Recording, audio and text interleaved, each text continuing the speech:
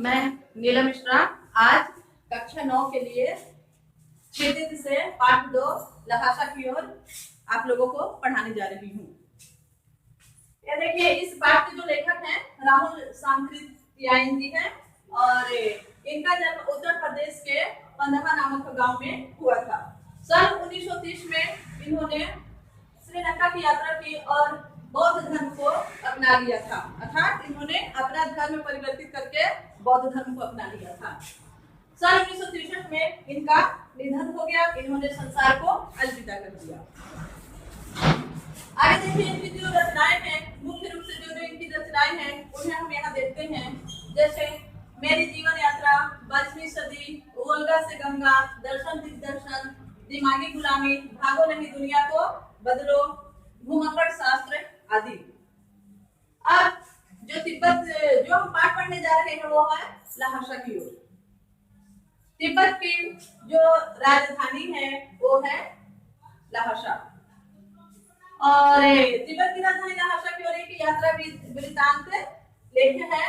इस पाठ के माध्यम से लेखक यह बताना चाहता है कि उन्हें तिब्बत की यात्रा के दौरान तिब्बती समाज की कैसी रहन सहन है, कैसी वेशभूषा है, इसका उन्होंने बहुत ही सहज तरीके से अनुभव किया और इस तिब्बत की यात्रा के दौरान उन्हें किन किन दुर्गम रास्तों से गुजरते हुए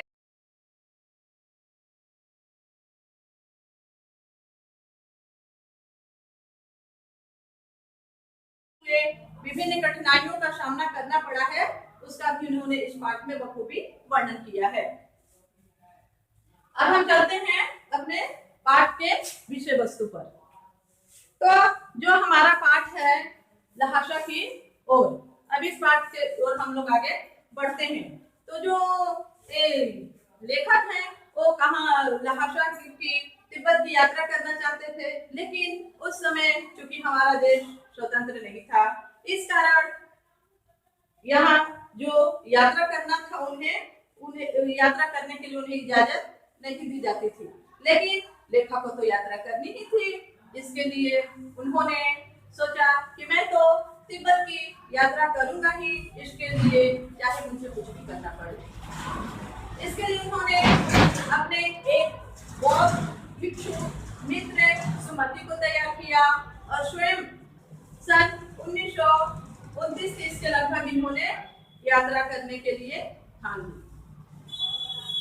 इसके लिए इन्होंने सोचा कि जो मैं अपने भद्र वेश में वहां जाऊंगा तो जाने के लिए तो नहीं मिलेगा और यात्रा तो करनी ही है, सो इन्होंने छद्म वेश धारण किया। बच्चों, छद्म वेश क्या होता है?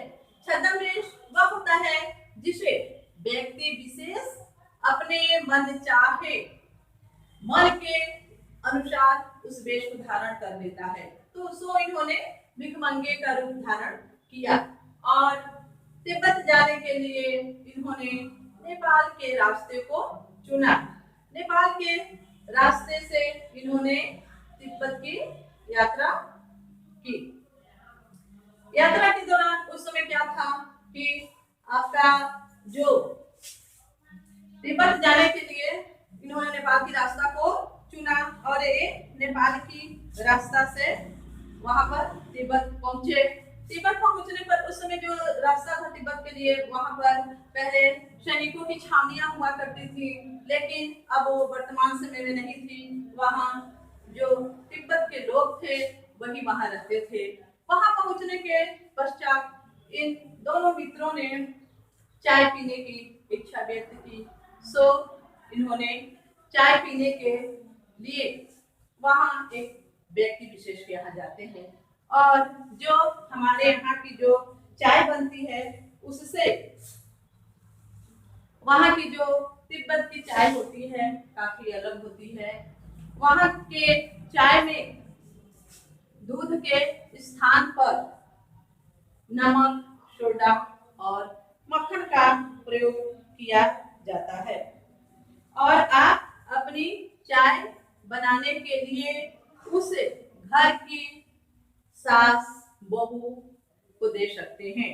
यदि आपको किसी भी प्रकार से यह संदेह हो कि आपका मक्खन चुरा लिया जाएगा या आपके मक्खन का पूरा प्रयोग नहीं किया जाएगा, तो आप स्वयं भी जाकर चाय बना सकते हैं या चाय बनाने वाले के पास में आप अपना चाय बनाते हुए उसे उसकी क्रियाविधि भी देख सकते हैं। वहां दोनों मित्र चाय पीने के पश्चात अब वहां से आगे की ओर प्रस्थान करते हैं। आगे की ओर प्रस्थान करते हुए वे दोनों मित्र थोंडला की ओर जाना चाहते हैं। अब दोनों मित्र वहां से थोंडला पहुंचते हैं।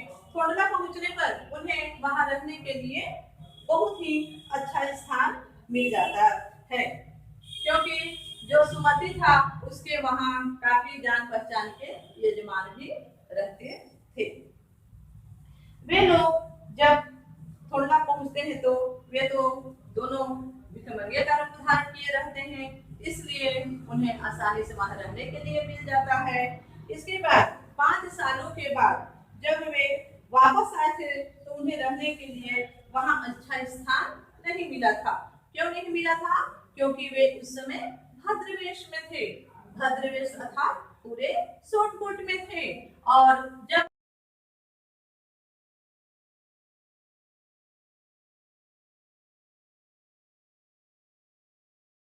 वहां वो पहुंचे भी थे तो उस समय शाम हो चुकी थी, और शाम होने के पश्चात जो वहां के लोग थे, शाम के समय छंद छंद जो होता है एक विशेष प्रकार का पेय पदार्थ होता है जो कि काफी नशीली होती है।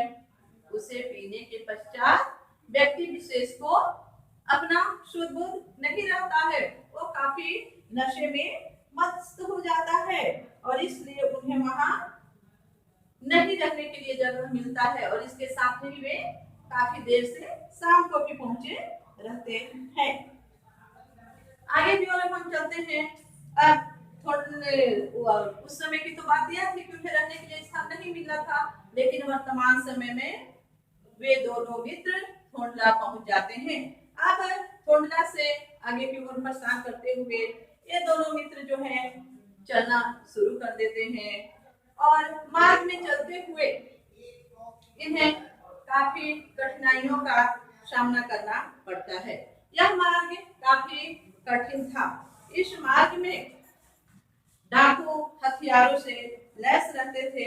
वे यात्रियों को पहले जान से मार देते थे, और इसके पश्चात उनको पास जो भी सामान होता था उसे वो लूटते थे। ये नहीं देखते थे कि इस यात्री के पास सामान है भी या नहीं है, या सामान इनके पास में थोड़े हैं या अधिक हैं, ऐसा वे विचार नहीं करते थे। पहले उनकी जान ले लेते थे, तत्पश्चात अपनी जो उनके पास में सामान होते थे उसको ढूंढना शुरू करते थे। अब लेखक और उनका मित्र दोनों आगे की ओर प्रस्थान करते हैं। तो जब वे डाकुओं को देखते हैं तो लेखक तो भिखमंगे के वेश में थे, वो झट से वो अपनी टोपी निकालकर उनसे ही मांगने लगते हैं, और इस कारण उनकी जो जान है वो बच जाती है। आगे की ओर ये सब प्रस्थान करते हुए चलते चलते अब एक जो लड़कों की जो पहाड़ी होती है उसका इन्हें चढ़ाई करना रहता है। अपने पहाड़ी क्षेत्र पर चढ़ने के लिए पहाड़ के क्षेत्र पर चढ़ने के लिए वे दोनों मित्र वहां तक पहुंच जाते हैं। जब लेखक और उनके मित्र वहां पहुंचते हैं तो सामने देखते हैं कि पहाड़ जो है काफी ऊंचा है, और इसलिए उनके मन में यह शंका उत्पन्न होती है कि पैदल तो मैं वहां तक चढ़ नहीं सकता हूँ, इसलिए मुझे अब किसी घोड़े की आवश्यकता है जिसके माध्यम से मैं इस पहाड़ी पर जा सकूं। इसके लिए वे घोड़ों की व्यवस्था करवाते हैं, और उन घोड़ों पर चढ़कर दोनों मित्र आगे की ओर प्रस्थान करने लगते हैं। अब वे दोनों मित्र पहाड़ के ऊपरी स्थान पर पहुंच जाते हैं। वहां पहुंचने के बाद जब लेखक वहां देखते हैं कि अरे नीचे से तो दिखाई नहीं देता था, लेकिन जब मैं ऊपर पहुंचता हूँ तो क्या देखता हूँ कि वाह, क्या मनोहारी दृश्य वहां था। जो हिमालय के जो पहाड़ थे वो काफी बर्फ से ढके हुए थे, और उसके निचली तराई भाग में समतल मैदान था, जहाँ देखने पर काफी हरियाली ही हरियाली दिखाई देती थी। उन्हें यह स्थान जो था काफी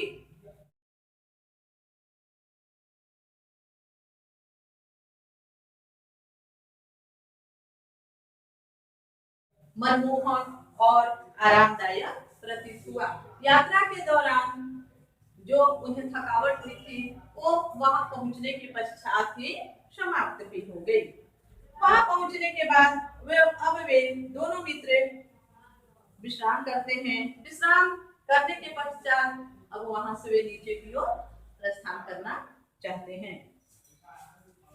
लेखक जब नीचे की ओर अपने घोड़े से उतरने लगा तो क्या देखता है कि घोड़ा बहुत ही आराम से धीरे धीरे उतर रहा है। तो लेखक ने यही महसूस किया कि मेरा घोड़ा जो है थक गया है, इस कारण ये धीरे धीरे उतर रहा है। इस दौरान उन्होंने घोड़े को मारना भी उचित नहीं समझा, और इनका तो असुमति जो है वो तो पहले ही नीचे की ओर उतर गया था, लेकिन अब वे पीछे रह गए थे और इन्हें ऐसा महसूस हुआ कि वे रास्ता भी भटक गए हैं शायद। इस हेतु उन्होंने वहां के लोगों से इसकी पूछताछ की कि क्या मैं सही रास्ते पर जा रहा हूँ। लोगों ने उन्हें रास्ता दिखाया। अब चूंकि सुमति नीचे पहुंच गया था और वह काफी गुस्से में भी था। क्यों गुस्से में था बच्चों? क्योंकि उसे वहां लेखक का काफी देर से इंतजार करना पड़ा था। अब दोनों मित्र अपने आप को टिंगरी की समतल सतह पर महसूस करते हैं। वो दोनों वहां पहुंच गए होते हैं। अब टिंगरी से दोनों मित्र आगे की ओर प्रस्थान करते हैं। तो कुछ दूरी प्रस्थान करने पर क्या होता है कि वहां पर टिंगरी में जब वे जाते हैं तो सुमति के बहू से वहां पर क्या होते हैं, अच्छे में उनके यजमान थे। टिंगरी में लोग कपड़ों से बने हुए जो गंडे थे उसका प्रयोग करते थे। अब ये गंडे क्या है बच्चों? जो गंडे हैं वो कपड़ों के छोटे छोटे टुकड़े थे जिन्हें पिरोकर बांधकर गंडा का रूप दिया गया था, और इन गंडों पर बौद्ध धर्म से संबंधित विशेष प्रकार के मंत्र लिखे होते थे। इन मंत्रों के द्वारा जब लोग उन गंडे को अपने शरीर के किसी विशेष भाग में बांधते थे तो उनके अंदर एक आध्यात्मिक ऊर्जा उत्पन्न होती थी और उन्हें काफी उससे शक्ति और ईश्वर की अनुभूति होती थी।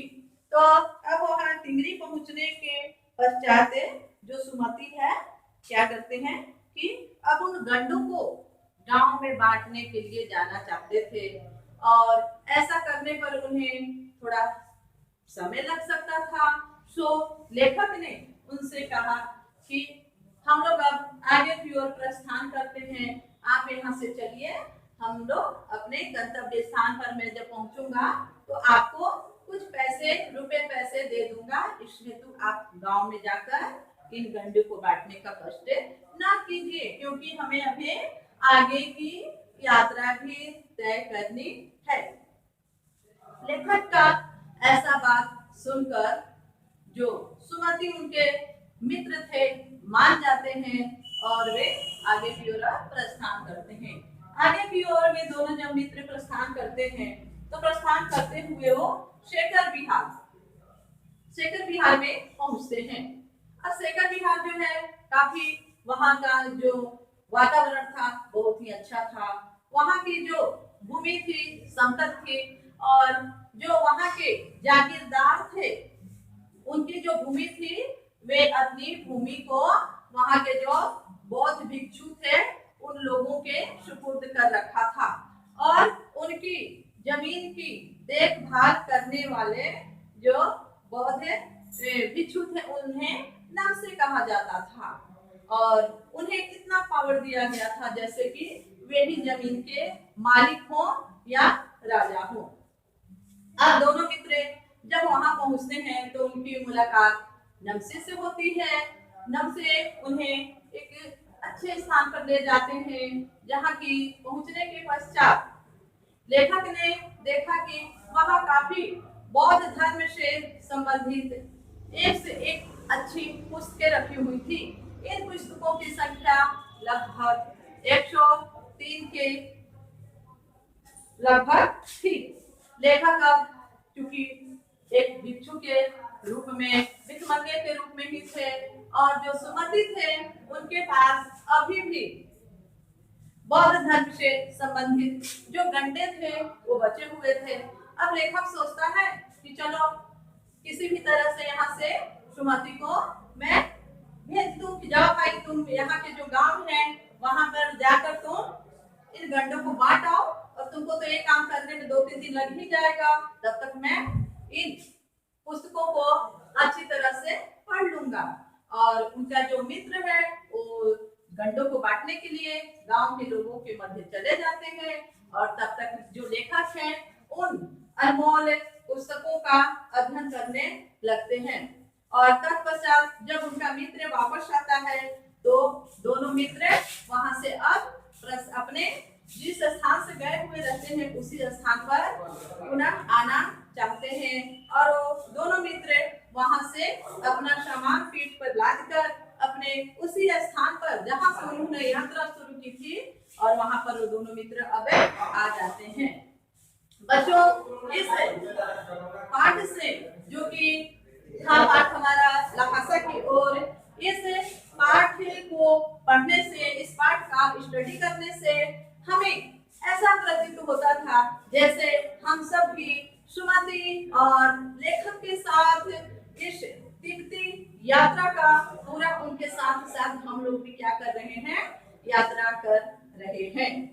तो जो लेखक की जो यात्रा थी, तिब्बत की जो यात्रा थी, काफी सुखद, रोमांचकारी और ज्ञान से भरपूर थी।